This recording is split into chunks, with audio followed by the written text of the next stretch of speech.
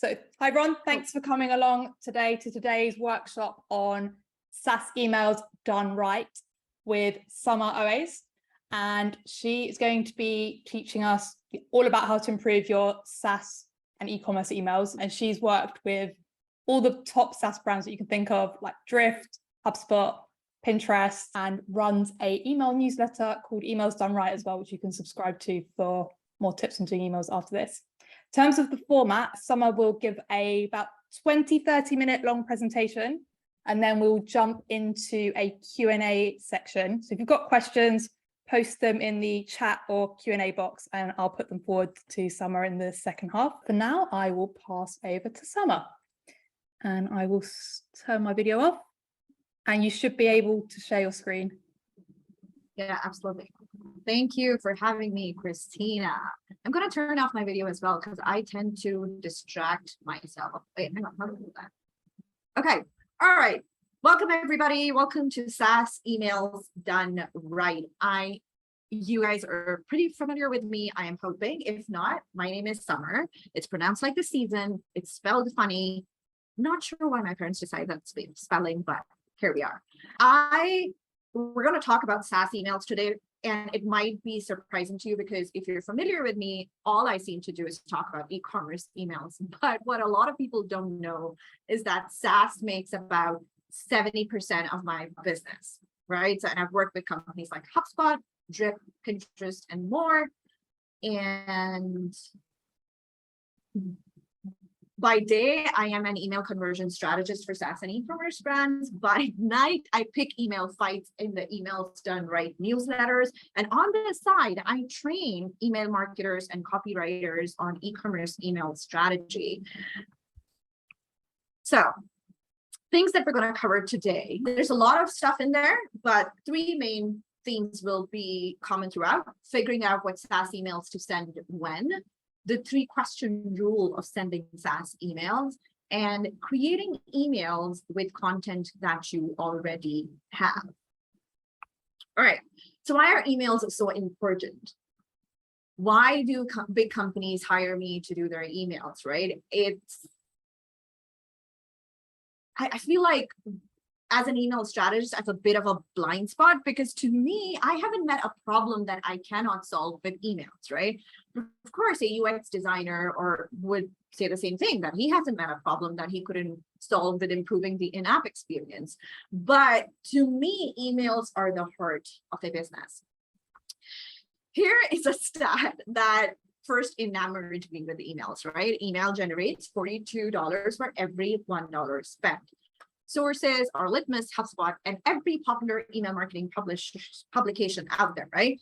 And when I first saw this stat, I think that number was at around $37 or $38, and every year it increases a little bit. And I was so excited. I was like, oh my God, all I have to do is start an email list, send out an email, and that's it.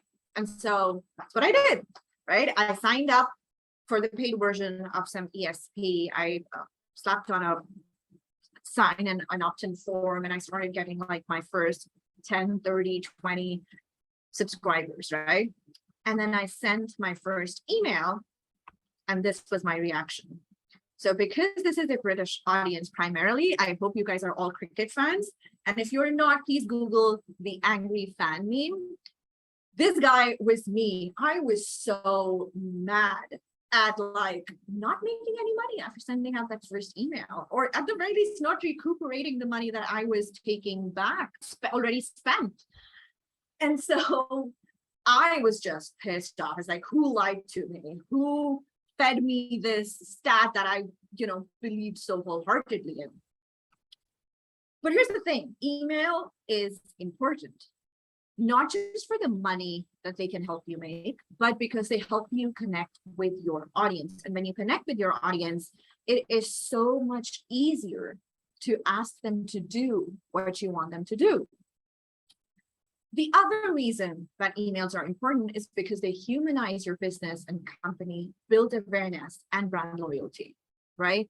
And if there's one thing that we've seen during this pandemic is that companies that had a community around them, companies that had customers who believed in them, or felt a connection with them were the ones that did well, or at least survived, right? Those that didn't, those that were not putting their customers first, that did not have a connection with their customers, had to struggle a lot. And the final reason is my favorite reason.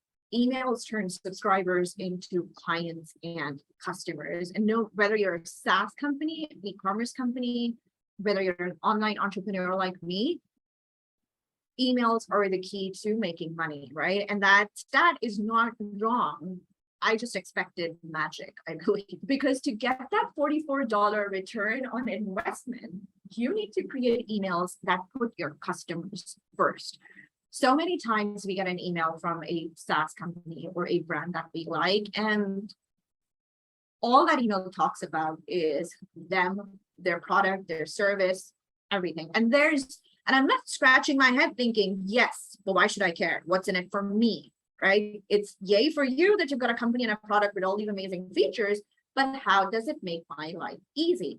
And when you send emails that answer all these questions, that is when you start making a connection with your audience. That is when you start building brand loyalty and humanizing your brand. And that is when you start getting that $44 return on investment. It's a long game. I always say email marketing is a long game. So to me, the definition of a good SaaS email is sending the right email to the right person at the right time. Now, the tricky part is figuring out what that right email is, who that right person is, and when that right time is. And that is what you're going to learn today. Okay, so sending the right email could be anything from engagement emails or content emails or sales emails. They could be customer support emails. They could be retention focused emails designed to keep your paying subscribers or users, engaged, or they could be transactional emails or even reactivation emails if somebody has lapsed and stopped engaging with your emails, right? Or it could be something as simple as a new feature release, right? A SaaS company needs to send out a vast, like a huge number of emails for different reasons to different people at different times. So the first piece of the puzzle is figuring out what emails do we need to send, right? The second piece is sending it to the right person. Now, when you're deciding what email to send, you need to ask yourself, okay, who do these emails need to go out to? Are they a user or a subscriber? So let's say you're sending out a newsletter, right? And you need to ask yourself, okay, who do I need to send this email to? Should I send it to everybody on my list? The answer is obviously not. Segmentation is your best friend when it comes to email marketing. So if it's just a typical newsletter, the answer here might be that you need to send them to your subscribers or your engaged segment of your list, right? But this email that you're sending, this newsletter that you're sending, might not necessarily be the right email to send to a paying user, especially if that email is marketing your product as the solution, right? They're already paying users. They already are convinced that this is the solution. This is not a relevant email to them. So it doesn't go out to them. Again, if you're sending out a free to paid onboarding email, then you need to ask yourself, okay, have they signed up for the free trial? When did they sign up for the free trial, right? Were they active during the free trial? Have they turned into a customer or a paying user? What features have they used or not used, right? So all of these things you need to be asking yourself when you are thinking about sending an email. Even something as simple as like if you're re-engaging somebody, like when was the last time they logged in? Are they eligible for an upgrade to the next tier? Which payment plan are they on? Have they become a power user? And this is the sweet spot when it comes to SaaS users, right? And finally, at the right time. So emails at the right time, sending the emails at the right time could look like sending an email when somebody signs up for your free trial, or sending an email when somebody subscribes to your newsletter. Again, what email am I going to send them when somebody subscribes to our newsletter? What email are you going to send them when the free trial is about to expire? Have they used or not used a feature? Have they upgraded to paid? Have they booked a demo if you're a B2B SaaS company? Are they about to churn or unsubscribe? Have they gotten in touch with customer support, or have they canceled a subscription renewed a subscription, activated their account. All of these are points in time that you need to be sending emails at. Okay, if you're now thinking, okay, this is great, I know what to do, but how do I figure out what to send, what email to send, when to send it, and who to send it to? And I'm pretty sure that you guys are feeling a little bit like this. If you start doing this without a game plan, it is going to look a lot like this, and that cupcake is going to fall apart, and so is your email strategy and your email marketing plan, right? Okay, so to figure out what email to send when and at what to whom, I have a 3-question rule of sending SaaS emails, right? Question number 1, why am I sending this email? What is the reason? What am I hoping to achieve? That is the first question. Get your why straight, right? Is it for you or is it for the user, right? Answer all these questions. You don't need to take any action at this point. You're just getting the clarity you need. The second question you need to ask yourself is, what action do I want the subscriber or the user to take? What is that conversion that I'm hoping for? Am I even sending an email that requires a conversion? And so again, you don't need to take any action. You are just getting the clarity that you need. And the third question you should be asking yourself is, what needs to happen if the user or subscriber doesn't do what we want them to do? And I feel like everybody focuses on conversions so much that we forget that a very small percentage of our subscribers or users actually convert or actually end up doing what we want them to do. The vast majority is actually not going to do anything. They're not going to open our email. If they open our emails, they're not going to click through it. If they do click through, they're not going to take that action we want them to do, right? So what is your game plan for your non-conversions? Again, we're still in the planning stages right now. We don't need to be doing anything, but this is the clarity you need to figure out what email to send when and to whom. Okay. So what emails should you send if a free trial doesn't convert into paid, or a user stops using your app, or the worst case scenario, they cancel their subscription, or they're about to churn and your ESP or has recognized that they're about to churn, or a user has like signed up for a free trial but hasn't activated their account? Asking these questions is going to tell you what type of email you need to send, right? So if a free trial doesn't convert into paid, you need to send a follow-up email. Now, this is where strategy comes into play. You're going to sit down and you're going to decide, okay, what is my follow-up strategy going to be? Now, for most brands, SaaS companies, they either do like a 7-day extension to the free trial, or they get a personalized email from the founder asking, hey, we're constantly working hard to improve our product and our service, and would you please mind sharing or giving us 2 minutes to tell us why you didn't convert? Or maybe you're doing both, right? Again, depends on the strategy that you come up with, depends on how you want to manage the follow-up.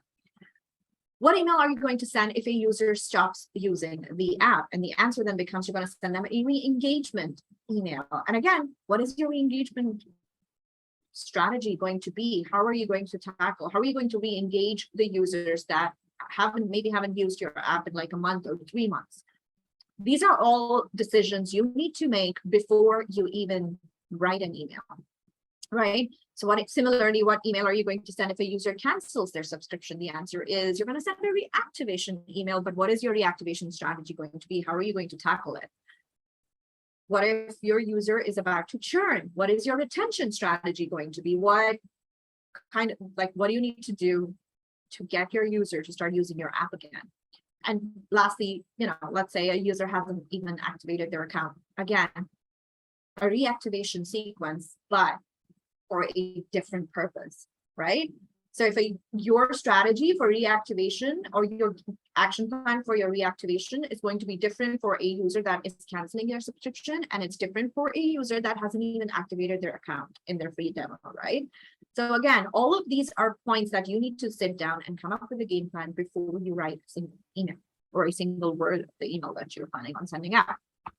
Okay, moving on to writing SaaS emails, right? Because, okay, so now you know what email you need to write, who you need to write it to, and when you need to send it out, right? But now you're staring at the blank screen with a cursor blinking and it's mocking you, and you, for the life of you, you can't even think about how to write it.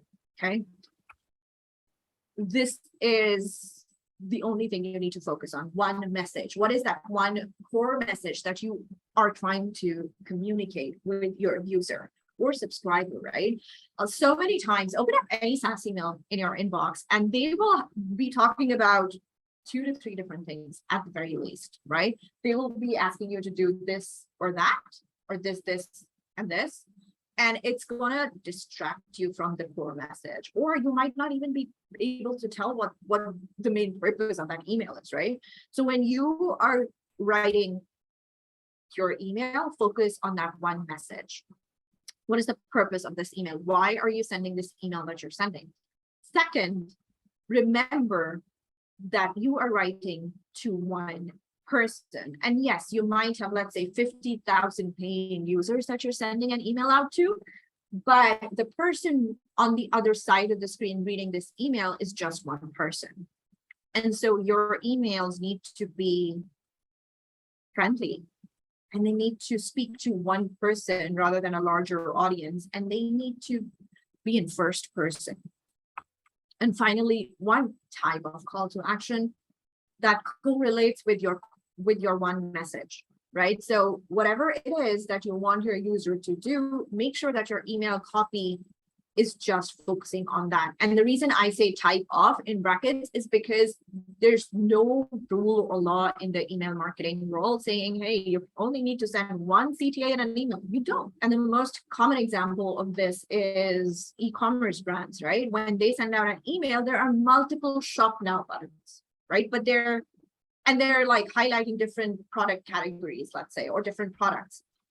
And they're selling multiple things in that one email, but they are doing one type of call to action, which is shop now. That is the action they want their subscriber to take, which is to click through and buy. And that is their sole focus. So even if you have like 2 or 3 call to actions in your email, and it's a longer email maybe, or you are talking about, it's an onboarding email and you're highlighting a feature, and there are a lot of screenshots or whatever, you want to make sure that you are strategically placing the call to action at multiple places in that email that all lead to the same place, that all encourage the user to take that same action that you want them to take. All right. The reason I focus on emails so much is because of these 2 stats, right? 80% of consumers are more likely to make a purchase from a brand that provides a personalized experience. And when you send the right email at the right time to the right person, you are providing a personalized experience. To me, first name personalization is the laziest form of email personalization. Honestly, 90% of the time, I don't even do it. Even if I have all the data and I am 100% sure. But here's the thing, when people are writing their first name, some of them have a sense of humor. On my Emails Done Right newsletter, I have a subscriber who put hot butter toast in their name section. And so if I was, let's say, using first name personalization, that would be a very weird email to receive, because even though that person was in a fun mood at the time when they were signing up, they're not necessarily going to be, for sure they're not going to be in the same mood whenever I email them next, right? And so to me, I avoid first name personalization, and instead I focus on sending the right email to the right person at the right time. And here's why this is important, because 84% of consumers say that being treated like a person and not a number is very important to winning their business. So whether you're sending a free to paid onboarding, or you're sending newsletter emails, or you're sending a reactivation email or a re-engagement email, if you're treating your subscriber like a person, remember that one person who's reading your email, it is a person. They're a lot more likely to convert, or at the very least feel some kind of a connection with your brand than if you were just sending out those cookie cutter emails. Okay. Now, most emails look like this, right? Open up any email from a company and it'll feel like, this is an email from me to me, because companies are so focused on just talking about themselves and highlighting things that are great about them. And again, like I said, why should I care? What's in it for me? How does this help me? So the secret to writing great emails. And I mean, when you look at that, it's not rocket science. It's just a reframe of the way you think about emails. And my secret to writing great emails is to treat it like a conversation, right? So to me, email is a communications tool before it is a marketing tool. And when you communicate with somebody, you're having a conversation, and a conversation is so much easier to have in an email than writing a marketing email to somebody, right? We are not in the direct response world. Even direct response copywriting sounds like somebody speaking directly to you, right? So a great SaaS email is one that is a conversation. Okay, again, like I said, email is a communications tool before it's a marketing tool, because at the heart of it, no matter what you're marketing, you are communicating a message to somebody, right? And how likely are you to trust a company that is saying all these nice things about itself? Or are you going to trust that friend or sister or acquaintance who told you about this great company they had, or about this company that they had a great interaction with? Right? It's communication, it's storytelling, it is giving an incredible email experience to somebody. And the easiest way to make your emails feel like a communication is to keep it personalized. We've already covered this, sending the right email to the right person at the right time. Once you figure this out, you can forget about personalization because your emails are already personalized at that point.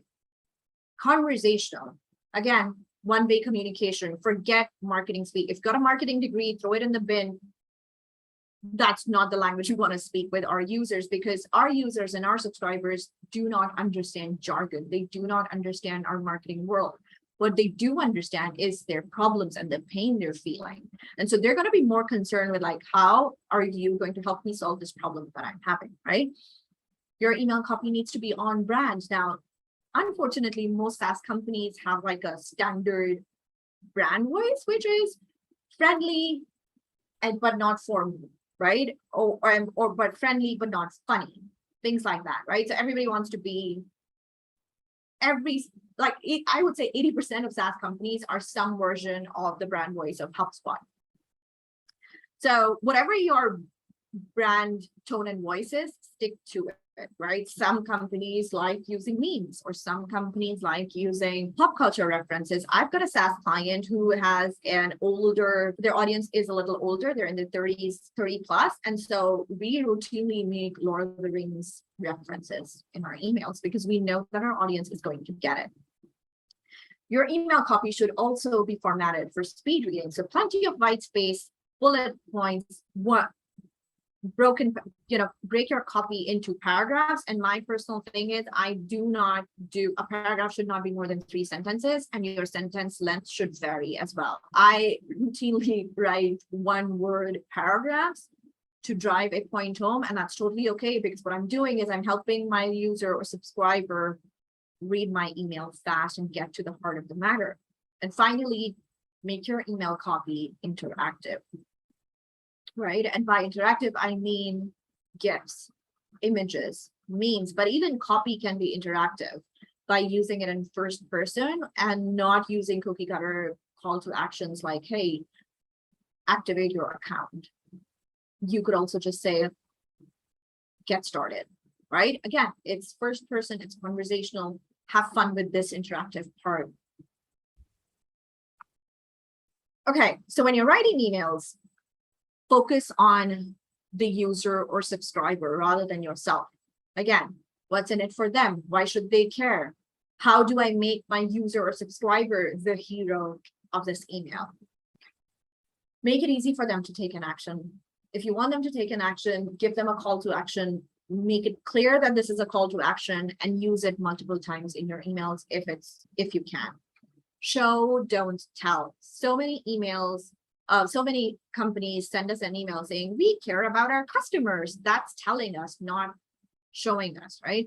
So how are you going to show them that you care about them? How can you change the angle of this copy a little bit that you're saying what you want to say without telling them, right? And then ask yourself, why should my subscriber or user care?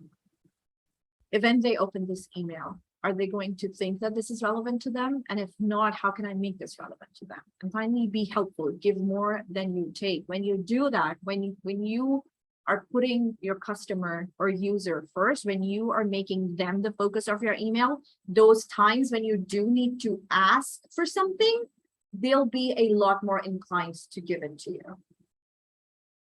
Okay, so a SaaS email done right is one that is sent to the right person at the right time. And I hope I've said this enough times and this is clear to you guys what a good SaaS email looks like, right? So do we have any questions?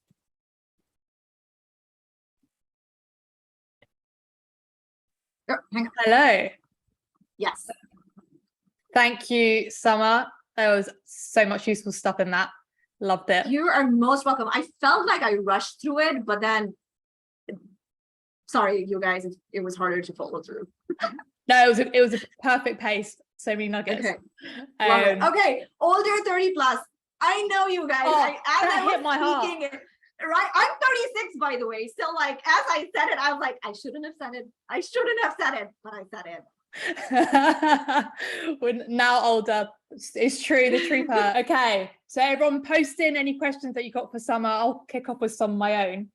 Initial question I had, I was just interested, what are your personal favorite newsletters or brands that are doing email well?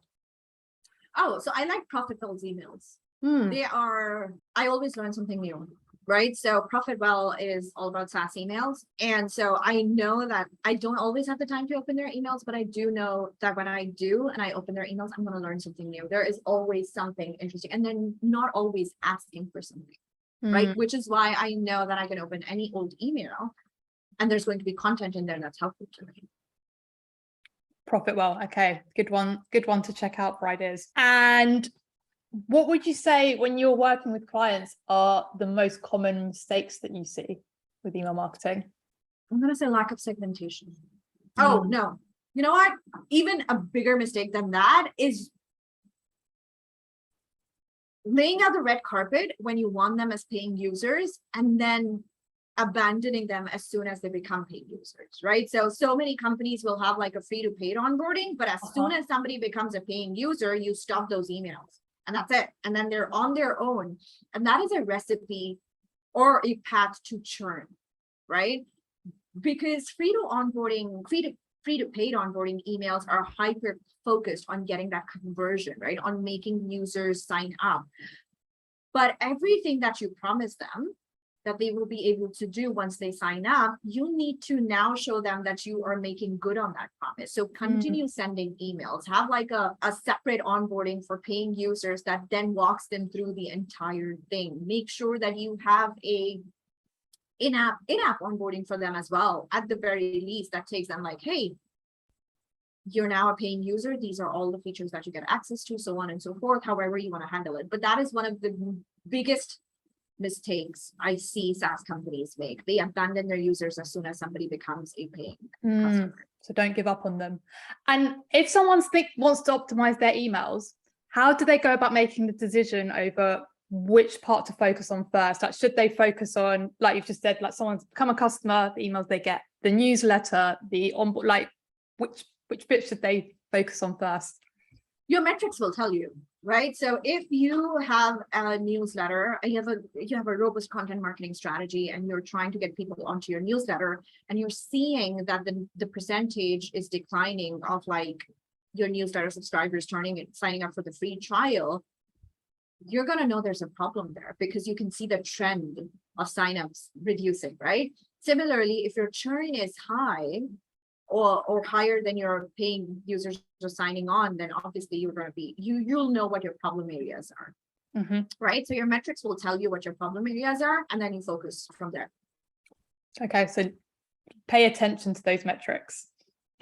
Question here from John. When writing on behalf of a CEO or someone else, how do you capture their voice in emails? So SaaS companies, founders often give podcast interviews. My favorite way is going and hunting a podcast interview that they've spoken at, or a talk that they've given, or even like a Twitter space that they've taken part of. I will go and listen, and just hearing how they talk about certain things helps me in capturing their voice of customer. And when there is no such thing like this, I will say, send me some of the early emails, that because founders are writing their early emails in the SaaS world when they don't have anybody, right? Or at the very least, hop on a 20-minute call with me and talk about these things with me. And that's my shortcut to capturing the CEO's tone and voice. But also, it's not that important in the grand scheme of things. As long as that email is on brand and sounds like it's from a person who is friendly and respectful and putting their user first, people are not going to care about the CEO's, tone and voice. Mm-hmm. Do you think it matters that the emails are written from someone that's high up in a company, or does it matter if it's? It always matters. So depending on, so emails from founders are always better received. But if it's like a proactive customer support email, then somebody from the customer support team can reach out and say, hey, we're just checking in to see how you were doing. If you have any questions, feel free to reach out. So it depends on how important that email is, or the reason for emailing is. Great advice. Thanks so much, John. Question from Javaria, I hope I'm pronouncing your name correctly, which is, what is the best way to connect with a SaaS company? How to persuade them to hire a beginner? Oh, you need to market yourself consistently. That is the only way, right? And when you are marketing yourself, you are presenting yourself as an expert or somebody who understands SaaS emails, right? You don't have to say you are a beginner.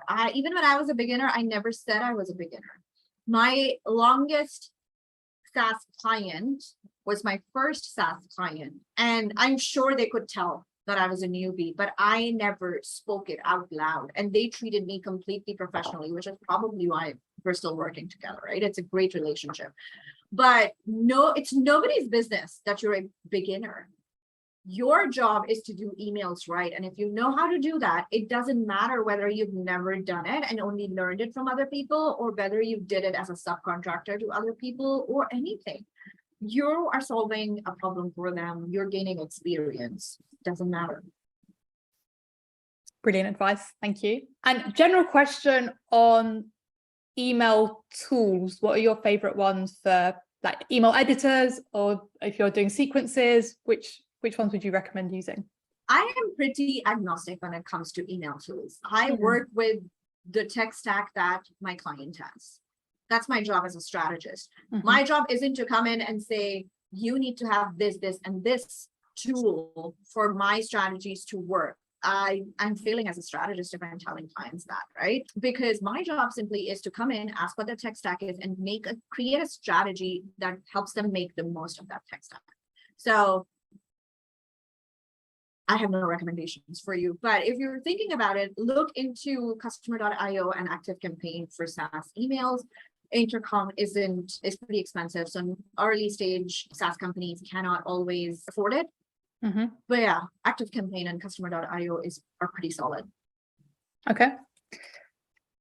But not giving too much away about which ones are your favorites. Yeah, I've worked across so many, right? So I've worked in HubSpot, I've worked in ActiveCampaign, I've worked in customer.io, and I don't do implementation, so I don't know jack about like setting their emails. All I do when I'm creating strategies is get on a call with the marketing team and ask them, this is what I want to do within our strategy. Can your tech stack handle it? And they'll tell me whether it can or not, and I take it from there. Or if I know that they're using ActiveCampaign and I want to find out whether ActiveCampaign can even do something that I want to do with their emails, I'll just read their help docs or reach out to their customer support. It is really easy to figure things out. Clients and companies do not expect you to know every email tool inside out. It's just simply not possible because of how many there are, which is why being a strategist is so easy, right? It's not part of my job.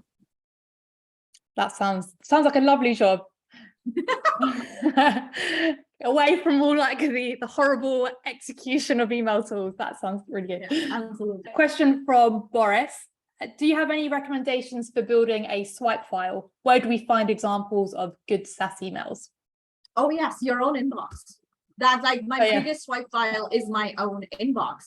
Every time you are signing up for a free trial, create a label or a folder in your email or email account where like you're gonna send those emails there after you're done looking at them, right? I have like a folder for good emails, bad emails, onboarding emails, retention emails, and I just keep sorting things as I see them. Like I spend an hour every Friday going through my inbox that is specifically for newsletters and then just studying my own inbox basically, right? But then we also have reallygoodemails.com, which features some really nice SaaS emails. So if you're looking for like reactivation or onboarding, just go check out their emails. They're categorized properly, so you can go and look at them.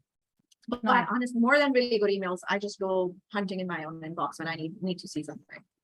Yeah, that's such a good tip, because if you're already clicking the stuff in your inbox, then it must be working, and then you can deconstruct it. Excellent tip there. Javiri is also asking, can we add storytelling element in SaaS emails? Oh, absolutely. So storytelling comes in all forms, right? A story isn't always when you're telling the founder's story or a brand story. You can turn a case study into a story-based email, or you can turn a user review into a story-based email. There are so many ways that you can repurpose or retell or even tell a story in an email. And it doesn't even have to be like a long email. It could be 3 sentences. And on that point, what are your thoughts on if you need to increase click-through rates, like just having all the content within an email versus trying to get people to click out? Yeah, so the purpose of email copy is to create, for content emails, is to create curiosity, especially if you're promoting a blog post or a webinar or whatever, right? And you will need people to click through and see that piece of content. It's a 3,000 word blog post. It doesn't make sense to include all of it in an email, right? So your email needs to create curiosity, and curiosity will come from like making your reader the hero of your email.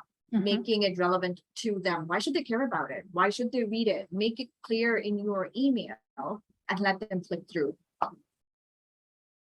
Nice. Creating curiosity. Great tip. What are the questions that I have for you from before? Oh yeah, what are your thoughts on cleaning email lists to increase open rates? For example, like removing people that don't open emails so that the percentages look better. Oh, absolutely. That's healthy email habits. Honestly, every 6 months, clean up your list, or at the very least, set up a re-engagement or a win-back sequence that is trying to re-engage and reactivate lapsed users or lapsed subscribers. Be ruthless when it's your subscribers, because with SaaS companies, a tool that was relevant 6 months ago might not be relevant now, right? Maybe you're working at a company where you needed to use it and you no longer are, so you're not. When I was working, a client of mine was an Asana freak, right? And so whenever I was working with it, everything needed to be an Asana. So I was an Asana user while I was working with that client, and I didn't like that software, right? So as soon as that contract ended, I forgot about Asana. And so it's situational, and it might not even have anything to do with you.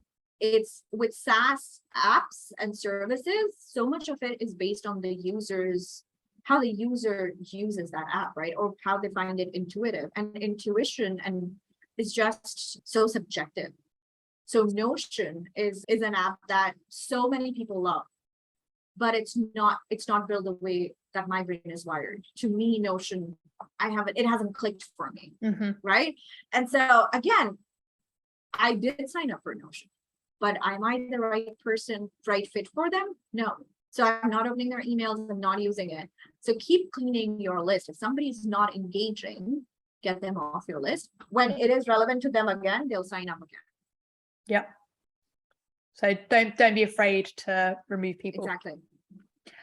In terms of opt-ins, if somebody has opted in just for your newsletter, where's the line in terms of what you can be emailing them? Is it just what they opted in for, the newsletter, or can you send them other emails beyond that?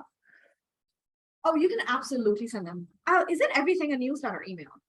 If somebody's signing up for your newsletter, things are all newsletter content, right? But if I have a client spot open up, I can, if you're tagging your people right, if you're tagging your list right, you'll know which segment you can send it to. So at Emails Done Right, I have a tag for e-commerce business owners and SaaS business owners or SaaS businesses. And whenever I have a work spot open up, all I need to do is send out an email saying, hey, got a spot open up for like next month or whatever. If you're looking for email help, reach out and let's see how we can work together. It's maybe 50, 55 people at this point, but I always get inquiries. So be smart about tagging your audience and then take it from there. These tags, are they, so when someone signs up, are you asking for additional information beyond their email? Is that how you know all this different information? Or so there are two ways to do it. Previously, I used to, in the welcome email, I used to ask people to self-segment themselves. Tell me who you are. Are you a SaaS? Are you in SaaS? Are you in e-commerce? Are you a marketer or a copywriter? Do you have FOMO and want to receive all of my emails? That tag just was brilliant because it told me this is my hyper engaged segment. They want to know everything that I'm sending out. And so they got all my email. And so or like right now, if you go to emailsdoneright.com, I'm asking you, are you SaaS marketer or are you an e-commerce marketer? And people are tagging themselves accordingly. Got it. Yeah. And I like the conversational element that you've created to get that information as well. Question from John: does branding matter much on emails, logos, screenshots, etc., or can it get in the way of the message and content? Good question. What do you mean by branding? Beyond logo? Like in SaaS emails, there's no reason for like to go beyond the logo or maybe like brand colors. That's it. The more personalized your email looks, personalized emails are often, they look like they're sent from one person, right? And if they're hyper branded, they might turn people off. So if it's a new feature release, users and subscribers will know that this is a company email, right? So to speak, this is a marketing email. This is important enough to pull in all the bells and whistles. So Linktree does these really nice feature release emails where it's like nicely branded. They have instructional gifts, all of that. That's the time and place for it. But if it's a conversational email, do you really even want to do branding beyond logo, right? I always say instead of logo, maybe just sign off the email as like name at company. And that's it. So you know who the email is from. You don't even need a logo at that. And it still looks like a personalized email. Got it. And John said, perfect, thanks. Question from Kamzi: how long do you typically work on the strategy? Is there a timeline you usually see before it can be automated?